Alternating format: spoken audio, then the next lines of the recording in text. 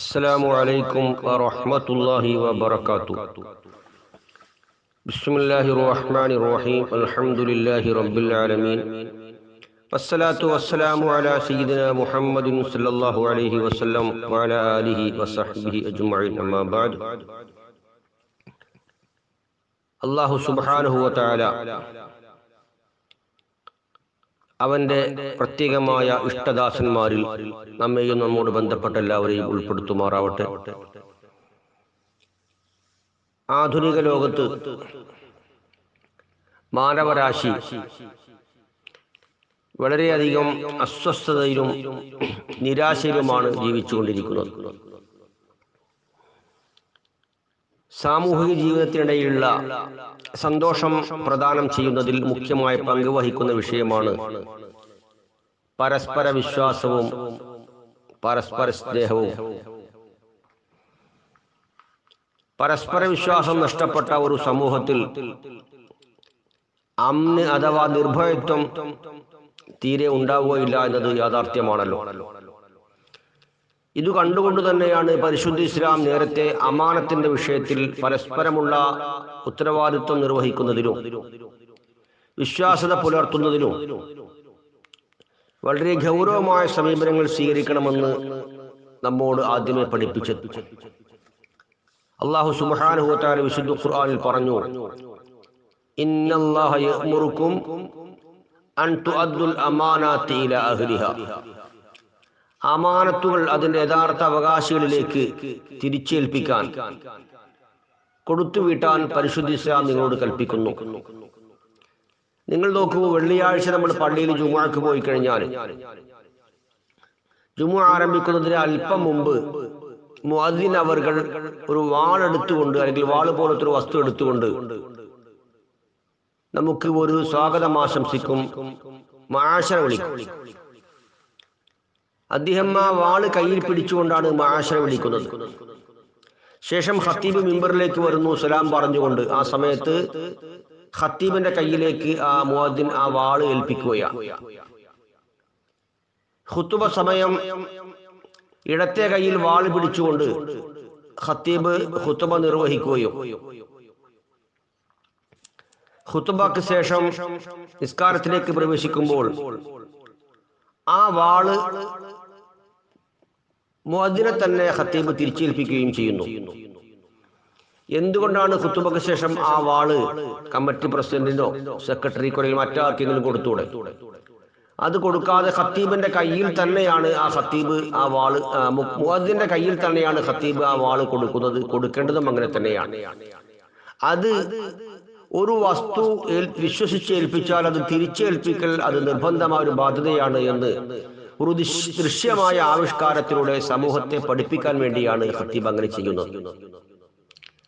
മഹാനായ ഉമർ ഇബ്നുൽ ഖത്താബ് റളിയല്ലാഹു അൻഹു ഭരണകാലഘട്ടത്തിൽ മദീനക്കാരനായ ഒരു സഹോദരനും മദീനക്ക് പുറത്തുള്ള ഒരാളും കൂടി വഴക്കുണ്ടാവുകയും വഴക്ക് മൂത്ത് അടിപിടിയിൽ കലാശിക്കുകയും അങ്ങനെ മദീനക്ക് പുറത്തുള്ള ആ വ്യക്തിയുടെ കരം മുഖേന മദീനക്കാരായ ആൾ കൊല്ലപ്പെടാൻ ഇടവരികയും ചെയ്തു. മദീനക്കാരനായ ഒരാളെ മദീനയുടെ പുറത്തുള്ള ഒരാൾ ആക്രമിച്ച് കൊലപ്പെടുത്തിയ വാർത്ത കേട്ട് ആളുകളൊക്കെ തടിച്ചുകൂടി. കൊല്ലപ്പെട്ട ആളുടെ മക്കളും അവിടെ എത്തിച്ചേർന്നു. ഖലീഫ ഉമർ ഫാറൂഖ് റളിയല്ലാഹു അൻഹുവിന്റെ കോടതിയിൽ വിഷയമെത്തി. ഒരു നിരപരാധിയായ ആളെ അടിച്ചുകൊന്നു എന്ന കാരണത്താൽ അദ്ദേഹത്തിന് പിന്നെ തിരിച്ചുണ്ടാകുന്ന ശിക്ഷ വധക്കുറ്റമാണല്ലോ. അദ്ദേഹത്തെയും വധിക്കുക എന്നുള്ളതാണ് സമ്പ്രദായം.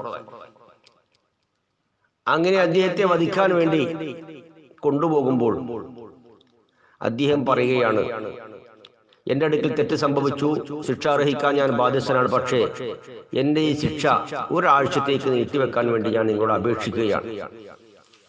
കാരണം എനിക്ക് എൻ്റെ നാട്ടിൽ ഭാര്യയും ചെറിയ മക്കളും നിരവധി ഉത്തരവാദിത്തങ്ങളും നിരവധി അമാനത്തുകളും ഉണ്ട്. അതൊക്കെ അതിന്റെ യഥാർത്ഥ അവകാശികളിലേക്ക് തിരിച്ചേൽപ്പിക്കുകയും ഇടപാടുകളൊക്കെ അവസാനിപ്പിക്കുകയും ചെയ്തുകൊണ്ട് ഉടൻ തന്നെ ഈ ശിക്ഷ ഏറ്റുവാങ്ങാൻ ഞാൻ വരാം, ഒരാഴ്ച എനിക്ക് അവധി നൽകണമെന്ന് അപേക്ഷിച്ചപ്പോൾ ഉമർ റളിയല്ലാഹു അൻഹു അദ്ദേഹത്തോട് പറഞ്ഞു, നിങ്ങളെ വിട്ടയക്കണമെങ്കിൽ, ഒരാഴ്ചത്തേക്ക് അവധി നൽകണമെങ്കിൽ നിങ്ങൾ അർഹമായ ജാമ്യം നൽകണം. നിങ്ങളെ ആ നിശ്ചിത സമയത്ത് ഇവിടെ തിരിച്ച് എത്തിക്കുമെന്ന് ജാമ്യം നിൽക്കുന്ന ഒരാൾ വേണം, അല്ലാതെ ഏൽപ്പിക്കാൻ നിർവാഹമില്ല. അങ്ങനെ അവിടെ കൂടിയ നിരവധി ആളുകളോട് അദ്ദേഹം ചോദിച്ചു, നിങ്ങൾ ആരെങ്കിലും എനിക്ക് ജാമ്യം നിൽക്കുമോ? ഒരു നിർവാഹവുമില്ലാത്തതാ കൊണ്ട് എനിക്ക് എൻ്റെ വീട്ടിലേക്ക് തിരിച്ചു പോകണം. ഒരുപാട് അമാനത്തുകൾ വേണ്ടപ്പെട്ടവരെ തിരിച്ചേൽപ്പിക്കേണ്ടതുണ്ട്. മരണത്തെ ഭയപ്പെട്ടുകൊണ്ടല്ല ഞാൻ ഇങ്ങനെ പറയുന്നത്. നിങ്ങൾ ആരെങ്കിലും എനിക്ക് ജാമ്യം നിൽക്കുമോ എന്ന് ചോദിച്ചപ്പോൾ ഒരാളും ജാമ്യം നിൽക്കാൻ തയ്യാറായില്ല. അവസാനം അദ്ദേഹം അങ്ങനെ വിഷമിച്ചിരിക്കുന്ന സന്ദർഭത്തിൽ മഹാനായ അബൂദർ ഗിഫാരി റളിയല്ലാഹു തആല അൻഹു, പ്രമുഖ സഹാബിയാണ്, അദ്ദേഹം വന്നുകൊണ്ട് ജാമ്യം ഏൽക്കുകയാണ്. ഉമർ റളിയല്ലാഹു അൻഹു ചോദിച്ചു, നിങ്ങൾ ജാമ്യം നിൽക്കുകയാണോ? അതെ, ഞാൻ ജാമ്യം നിൽക്കുന്നു. അദ്ദേഹം എന്തെങ്കിലും കാരണവശാൽ വരാതിരുന്നു കഴിഞ്ഞാൽ നിങ്ങളായിരിക്കും ആ ഉത്തരവാദിത്തം ഏറ്റെടുക്കേണ്ടത്. നിങ്ങളെയാണ് വധശിക്ഷയ്ക്ക് വിധേയമാക്കപ്പെടുക. അതുകൊണ്ട് നിങ്ങൾ ഏറ്റവും ചോദിച്ചപ്പോൾ അബൂദർ ഗിഫാരി റളിയല്ലാഹു അൻഹു ആ ജാമ്യം ഏൽക്കുകയും അദ്ദേഹം സന്തോഷത്തോടു കൂടി അദ്ദേഹത്തിന്റെ നാട്ടിലേക്ക് മടങ്ങുകയും ചെയ്തു. അദ്ദേഹത്തിന്റെ നാട്ടിൽ പോയി ഉത്തരവാദിത്തങ്ങളൊക്കെ നിർവഹിച്ചു, അമാനത്തുകളൊക്കെ തിരിച്ചേൽപ്പിച്ചു. അങ്ങനെ തിരിച്ചു വരാനുള്ള ഒരുക്കത്തിലാണ്.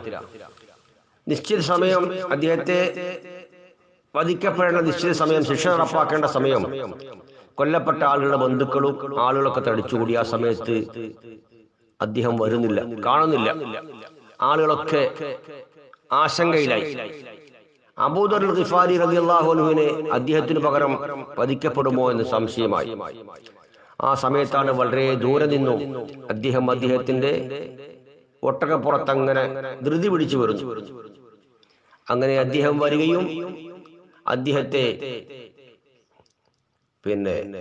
ശിക്ഷ നടപ്പാക്കാൻ വേണ്ടി തയ്യാറെടുക്കുകയും ചെയ്ത സന്ദർഭത്തിൽ അബൂദർ ഗിഫാരി തങ്ങളോട് ചോദിക്കുകയാണ്, ഉമർ റളിയല്ലാഹു അൻഹു, നിങ്ങൾ ഇയാളെ പരിചയമുണ്ടോ? ഇല്ല. ഇയാളുടെ ബന്ധുക്കളെ ആരെങ്കിലും പരിചയമുണ്ടോ? ഇല്ല. പിന്നെ എന്തുകൊണ്ടാണ് ഒരു പരിചയമില്ലാത്ത ആളുകൾക്ക് നിങ്ങൾ ജാമ്യം എന്ന് ചോദിച്ചപ്പോ അബൂദർ ഗിഫാരി റളിയല്ലാഹു അൻഹു പറയുകയാണ്, അമീറുൽ മുഅ്മിനീൻ, മഹത്തായ സമൂഹത്തിൽ പരസ്പരം വിശ്വസിക്കാത്ത, ഒരു ജാമ്യം ഏറ്റെടുക്കാത്ത ഒരാളില്ലാത്തൊരു കാലഘട്ടം വന്നു എന്ന് പറഞ്ഞാൽ ഈ സമൂഹം എന്തുമാത്രം ദുരവസ്ഥയിലാണ്. അതുകൊണ്ട് വിഷമിക്കുന്ന ഒരാൾക്ക് ജാമ്യം നിൽക്കുക എന്നത് നമ്മുടെ കടമയല്ലേ, അതുകൊണ്ടാണ് ഞാൻ ഏറ്റെടുത്തത് എന്ന് പറഞ്ഞു. അങ്ങനെ ഇങ്ങനെയൊക്കെ ഒരാഴ്ച വിശാലമായ സമയം കിട്ടിയിട്ടും ഈ ശിക്ഷയിൽ നിന്നും രക്ഷപ്പെടാനുള്ള മാർഗം അന്വേഷിക്കാതെ ശിക്ഷ ഏറ്റുവാങ്ങാൻ വേണ്ടി വന്ന അദ്ദേഹത്തിന്റെ വിശാല മനസ്കത കണ്ടുകൊണ്ട് ആ കൊല്ലപ്പെട്ട ആളുകളുടെ മനസ്സറിയുകയും അദ്ദേഹത്തിന് മാപ്പ് കൊടുക്കുകയും ചെയ്തു എന്ന് ചരിത്രത്തിൽ നമുക്ക് കാണാൻ കഴിയും. ചുരുക്കത്തിൽ പറഞ്ഞു വന്നത്, പരസ്പരം ആർക്കും ആരെയും വിശ്വാസമില്ലാത്തൊരു കാലഘട്ടത്തിലൂടെയാണ് നമ്മൾ ജീവിച്ചു കൊണ്ടിരിക്കുന്നത്. വാങ്ങിയ മുതലുകൾ തിരിച്ചു കൊടുക്കാനോ, ഇടപാടുകൾ അവസാനിപ്പിക്കാനോ, സുഹൃത്തിന് നിർഭയത്വം നൽകാനോ സന്മനസ്സില്ലാത്ത, തയ്യാറില്ലാത്ത ഒരു സമൂഹത്തിൽ അമാനത്തിന്റെ പ്രാധാന്യം വളരെ വലുതാണ് എന്ന് നമ്മളൊക്കെ തിരിച്ചറിയേണ്ടിയിരിക്കുന്നു. അല്ലാഹു സുബ്ഹാനഹു വ തആല അമാനത്തുകൾ കൃത്യമായി നിർവഹിക്കാൻ നമുക്കെല്ലാവർക്കും തൗഫീഖ് നൽകുമാറാവട്ടെ. ദുആ വസിയത്തോടെ എല്ലാവർക്കും അസ്സലാമു അലൈക്കും.